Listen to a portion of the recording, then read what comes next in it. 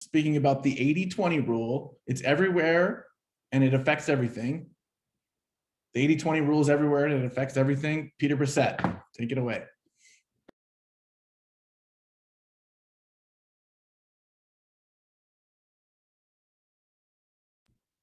You're on mute, Peter.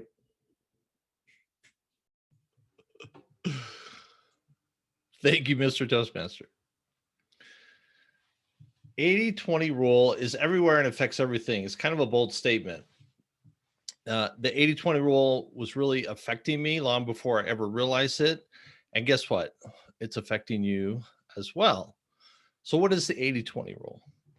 The basic idea behind the 80-20 rule is that 20% of anything produces 80% of the result. For example, 80% of the world's population is in 20% of the world's countries. That's a pretty simple example. But why should you care about that? Well, when you think about it, that's great for numbers. So what? But think about your time. When you look at some of your extracurricular activities that you do outside of work, of all the things that you do, what gives you the most joy? And I bet if you broke it down, there's probably 20% of your activities that produce 80% of the joy that you have. So when we start to look at things about how impactful they are, it can give us a different perspective on that. So I want to tell you a little bit about how 80-20 really began to impact me. Back when I was in the Dilbert Cube a number of years ago, I looked at my work very linearly, which is I worked an hour, I got paid for an hour. When I stumbled on the 80-20 rule and I began to look at just how things worked and how I could operate and function differently in my work, I began to realize that you can look at data and information and make different decisions, and you can actually produce a better result in less time. And so great, efficiencies. But what I had really stumbled on and what really impacted me the most was that I stumbled on the business owner's game. The business owner's game is, as a business owner, how can I make more money in less time? And the simplest way that that can work, and there's many different models for this, but the simplest way is instead of me actually doing the work, I can hire somebody, have them do the work, and I will still get paid. But I didn't have to put as much time or limited amount of time to produce that same result. So once I discovered this, there was kind of no going back for me. Within a couple of weeks, I had actually quit that job and started to looking at opportunities for how I can begin to use this to make more money in less time.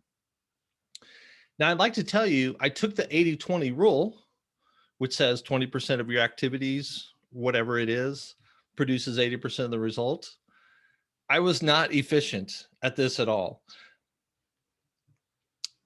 Actually, it took me several different jobs and getting fired several different times before I really landed on the thing that I could do to start to do even to really begin to try to play this business owner's game, making more money in less time.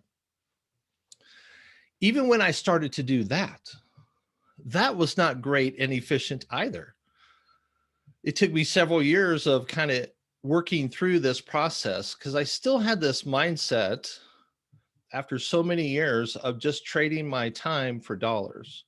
That's a very easy equation. And oftentimes as a business owner, we're very great at making money.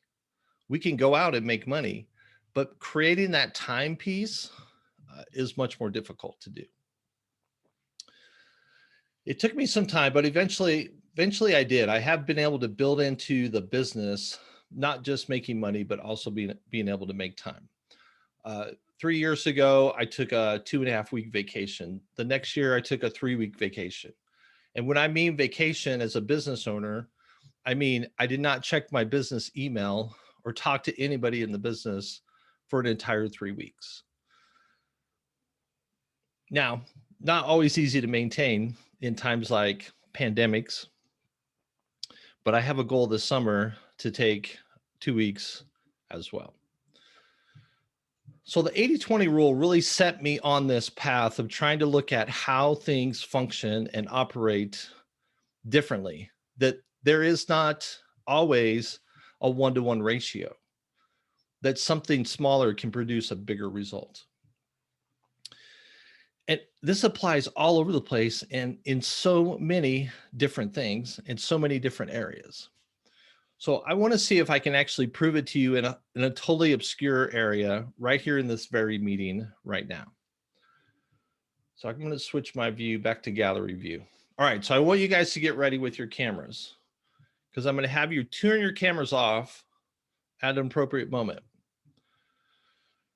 So all of us have played some type of musical instrument. Even if it was in grade school, we played a flutophone, right? Everybody's played that. So your camera stays on. If you still play a musical instrument, at least sometimes, leave your camera off. But if you don't play any musical instruments at all, turn your camera off. Okay.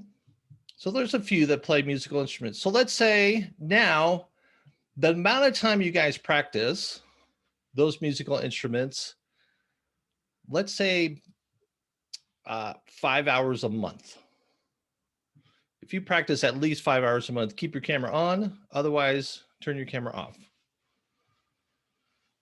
Okay, how about 10 hours a month?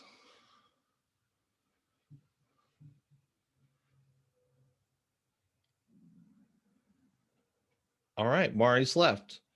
Mari, how many hours do you practice a month? Or she's like, no, I just keeping it on because I. oh, because of the timer. Thank you. Let's see. Well, Laura and Emily then were the last two. Laura, Emily. Laura, how many hours a month do you practice? About 5. 5 hours a month. Yeah. Emily, what about you? Oh, you're muted. I'd say 5 or 6, probably. 5 or 6 hours a month. So you can see right here, if we took the ratio, 20% of our group play a musical instrument on a monthly basis. How did that happen? Did I know that would happen? I had no idea that would happen. But this is how the 80-20 rule works. Whether you realize it or not, it's affecting. I could do it right now for shoes. And we would find who would have the most pair of shoes in the room. But I won't do that. So the 80-20 rule is everywhere. It affects everything. It had a big impact on my life. It actually made me change the direction and path of what I wanted to do in my life once I saw that this existed. My goal over my next several speeches is continue to unpack the 80-20 rule and see where it affects us throughout our life. And hopefully it'll be impactful to you. Mr. Toastmaster. Thank you, Peter. Great job. Very cool. Okay, I'm going to put